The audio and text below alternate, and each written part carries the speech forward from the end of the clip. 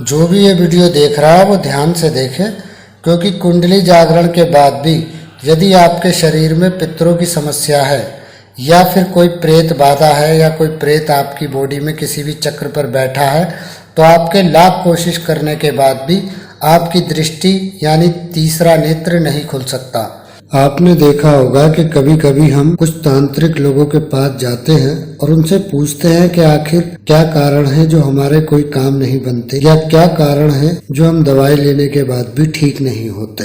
तब वो दो ही कारण बताते हैं कि आपको पितृदोष, कोई कहता है आप पर प्रेत बाधा है, किसी ने आप पर तंत्र किया है। तो आज हम जानेंगे इसी बात को कि पितृ और प्रेत बाधा आखिर होती क्या है। तो ये पितृदोष और प्रेत बाधा का असर होता है। आज विज्ञान भी मान चुका है कि आत्मा होती है। तो विज्ञान की दृष्टि से ही समझेंगे कि आत्मा 3 तत्वों से बनी है, अग्नि, वायु, आकाश। ज्यादातर जिस आत्मा में जो तत्व ज्यादा मलिन होता है, गंदगी लिए होता है, वो इंसान पर उसी तरह का प्रभाव डालता है। तो थोड़ा ठीक से समझे, यदि किसी आत्मा का अग्नि तत्व ज्यादा प्रबल है तो वो मनुष्य के अंदर जब जाएगा तो उसके मणिपुर चक्र में बैठे, और जब मणिपुर चक्र को प्रभावित करेगा तो मनुष्य के अंदर मणिपुर चक्र में अग्नि तत्व है, तो अग्नि तत्व से मिलकर उसको एक तरह की शक्ति मिलेगी। तो वो मणिपुर चक्र पर अटैक करता है अंदर बैठ करके, और मणिपुर चक्र के स्वामी है लक्ष्मी और भगवान विष्णु। तो जाहिर सी बात है कि अन्न की समस्या रहेगी, पैसे की समस्या रहेगी, कुछ भी खाने में अच्छा नहीं लगेगा और मनुष्य की उम्र घटने लगेगी। अब दूसरा तत्व आता है वायु। यदि प्रेत के अंदर वायु की मलिनता ज्यादा है और वो वायु तत्व पर जाकर के प्रहार करता है मनुष्य के अंदर, तो वायु तत्व है हमारा अनहद चक्र यानी हृदय चक्र। तो हमारे हृदय चक्र को वो प्रभावित करेगा, और हृदय चक्र के स्वामी है शुक्र ग्रह। तो हमारी कुंडली में शुक्र खराब हो जाए तो पत्नी से न बनना, पैसे की प्रॉब्लम, शान शौकत, मान सम्मान में कमी होना, मनुष्य का अभिमानी हो जाना, यानी पास कुछ नहीं है लेकिन घमंड नहीं जाएगा। अब तीसरा तत्व है आकाश। यदि किसी नकारात्मक चीज के अंदर, प्रेत के अंदर आकाश तत्व ज्यादा है, तब वो जाएगा तो आदमी के कंठ पर बैठेगा। जब कंठ पर बैठेगा तो मनुष्य के इस चक्र के अंदर जो ग्रह हैं वो बृहस्पति कहलाते हैं। तो मनुष्य के बृहस्पति खराब हो जाएंगे, तो मनुष्य का कंठी चक्र खराब होगा। जाना कि वो कुछ का कुछ बड़ बोली वाली बातें करेगा, थोड़ा झूठ ज्यादा बोलने लगेगा, असत्य बातें करेगा, और जब भी बोलेगा वो बहुत कड़वा बोलेगा। अब मान लो यदि कोई भी अपने तीनों तत्वों को लेकर के मूलाधार में बैठ जाता है, तो मूलाधार के स्वामी है मंगल ग्रह। तो एक तो आपके मंगल ग्रह खराब कर देगा, दूसरा आपको डरपोक बना देगा, आलसी बना देगा, नपुंसक बना देगा। और यदि ये तीनों तत्वों के साथ आपके स्वादिष्ठान में बैठ जाए तो आप ख्याली पुलाव ज्यादा पकाओगे, आप में सेक्स की बहुत समस्या आएगी, रात को बहुत ज्यादा जागोगे, दिन में सोओगे। अब सवाल आता है कि पितृ हमारे कहाँ बैठते हैं? पितृ बहुत ही कमी से जो है हमारे नीचे के चक्रों में बैठते हैं। पितृ हमारे 2 ही चक्रों में बैठते हैं, एक है आज्ञा चक्र, दूसरा है सहस्त्रार। प्रेत मलिनता लिए होते हैं इसलिए वो नीचे के चक्रों में आसानी से बैठ जाता है। अब जो पितृ होते हैं वो ऊपर के 2 चक्रों में ज्यादा प्रभाव डालते हैं। तो पितृ यदि आज्ञा चक्र पर प्रभाव डालेंगे तो आदमी भटकने लगेगा, यानी उसको ज्ञान उसकी नजर में सही होगा लेकिन वो सही नहीं होगा। सिर्फ उसको ही लगेगा कि मेरा ये निर्णय अच्छा है, जबकि वो निर्णय उसका खराब होगा। उल्टी सीधी सिद्धियां करेगा, पूजा पाठ करेगा उल्टा सीधा, अपने उल्टे काम बिगाड़ लेगा। उसको लगेगा जो साधना मैं कर रहा हूँ वही सब है, वही सत्य है, बाकी सब बेकार है। और यदि पितृ का प्रभाव सहस्त्रार चक्र में पड़ जाए तो आपने देखा होगा कि कुछ लोगों को भ्रम हो जाता है कि मैं ही शिव हूँ, मैं ही निराकार ईश्वर हूँ, मेरा अस्तित्व मुझ में ही, जबकि वो स्टेज एक अलग होती है। लेकिन कुछ लोगों को इसका धोखा हो जाता है, उसे लगता है मैं ही महान हूँ, सारी सृष्टि मुझसे है, सब देवता मुझसे नीचे हैं और मुझे कोई आकर के ज्ञान देता है इन सब चीजों का। उसको ये भी भ्रम लगता है कि कोई उसको ज्ञान दे रहा है इन सब चीजों का, और वो कोई भी ज्ञान जान सकता है इस ब्रह्मांड का।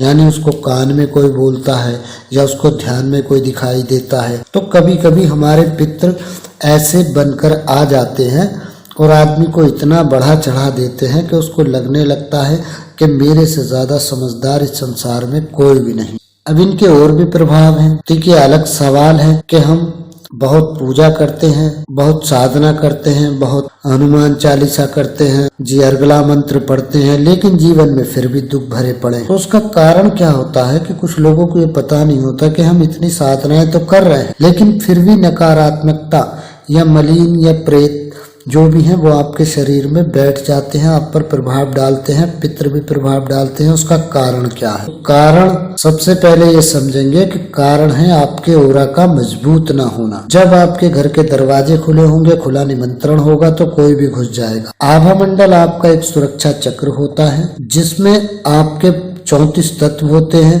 जो मैंने पिछली वीडियो में बताया। जिन्होंने नहीं देखी वो जाकर के देख सकते हैं कौन कौन से 34 तत्व हैं। कुछ लोगों का जो है ओरा 1 इंच का होता है, कुछ का 2 इंच का होता है, कुछ का 15 इंच का भी होता है। लेकिन 15 इंच का आभा मंडल होने के बावजूद भी ये आप गारंटी से नहीं कह सकते कि उस पर नेगेटिव चीज का हमला होगा या उसके अंदर प्रवेश करेगी या नहीं, क्योंकि आभा मंडल का बड़ा होना, कुछ ज्यादा इंच तक होना मायने नहीं रखता। ये ऐसे ही है जैसे कि गुब्बारे में बैठ जाना और सुई चुभोने से गुब्बारे का टूट जाना। अब ये जो आवरण है आपका, ये दम लोहे की तरह कैसे बनता है, मजबूत स्टील की तरह कैसे बनता है, तो पिछले वीडियो में मैंने बताया है कि जो गुरु आपको मंत्रों की साधना देते हैं, जिनको इस बारे में पता है आभा मंडल के 34 तत्वों का कि किन मंत्रों से इसे मजबूत किया जा सकता है, तो इसमें गोलाई बनना एक अलग बात है, लेकिन परते बन बन करके गोल बनना वो एक अलग बात है। तो 34 तत्वों में से यदि मनुष्य के ठीक प्रकार से 8 चक्र भी जागृत हो जाते हैं, यानी 8 गोले भी उसके बन जाते हैं, तो उस पर कोई भी नेगेटिव चीज अटैक नहीं कर सकती। तब भी पितृ या प्रेत कोई उसके अंदर विराजमान नहीं हो सकता। अब एक और रहस्य की बात बताता हूँ मैं। हमारा जो आभा मंडल है उसका कनेक्शन कहीं ना कहीं हमारी परछाई से भी है। यदि आपके अंदर ये समस्या नकारात्मकता की बहुत ज्यादा है तो आपकी परछाई भी कुछ समय आने पर आपका साथ छोड़ने लग जाती है। वो होता क्या है कि नेगेटिव चीजें आपसे आपकी परछाई को थोड़ा अलग करने की कोशिश करते हैं। मैं आपको वीडियो में दिखाता हूँ कि जैसे कि इस वीडियो में आप देखेंगे कि ये जो लड़की है बैठी है, लेकिन जब ये खड़ी होती है तो इसका जो परछाई है, उसका जो बिंब है वो पीछे खड़ा रह जाता है और ये चल देती है, लेकिन वो पीछे वाला वहीं रुका हुआ है। जबकि ये सीसीटीवी की फुटेज है, इसमें कोई एडिटिंग नहीं हो सकती है। अब एक वीडियो में और दिखाता हूँ जिसके अंदर जब ये आदमी दूसरी तरफ देखता है तब इसका प्रतिबिंब इसकी तरफ देखता है, और जब ये अपने प्रतिबिंब की तरफ देखता है तब इसकी जो परछाई है, जो प्रतिबिंब बन रहा है, वो इसकी तरफ देखने लग जाता है। कारण यही है कि कभी कभी हम में इतनी नकारात्मकता हो जाती है कि हम अपना अस्तित्व भी खोने लग जाते हैं। अब इन सब का हल क्या होता है कि आपको कोई व्यक्ति जो ये चीजें जानता है वो देखकर बता पाए आपके अंदर प्रॉब्लम है, तो उसके लिए आपको किस मंत्र का यूज करना है और किस तरह से आप अपने आभा मंडल को मजबूत बनाएंगे, किस तरह से आप अपने अस्तित्व को अपने अंदर ही रखेंगे। तो ये हमारे पौराणिक गुरु सिखाते थे। आज के नहीं है कि एक नामदान दे दिया और जा बेटा रट्टा लगा लो, और पता चला आदमी खूब नामदान जपता है लेकिन उसका जीवन में कोई भला नहीं हो रहा है, उल्टा उसके काम बिगड़ने शुरू हो रहे हैं। कारण क्या है कि लोग हजारों की भीड़ में सिर्फ कान में एक एक नामदान दे देते हैं।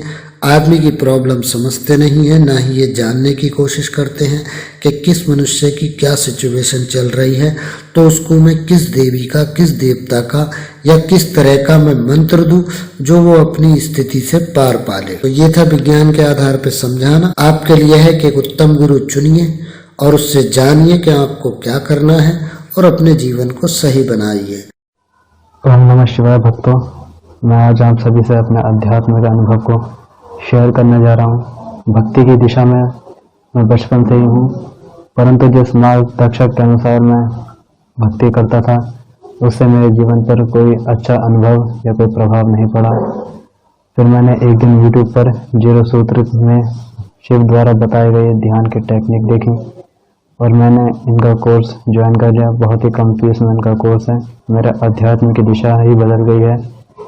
मैं आज उन चीज़ों को देख सकता हूँ जो एक साधारण इंसान के लिए देखने के लिए ना के बराबर है।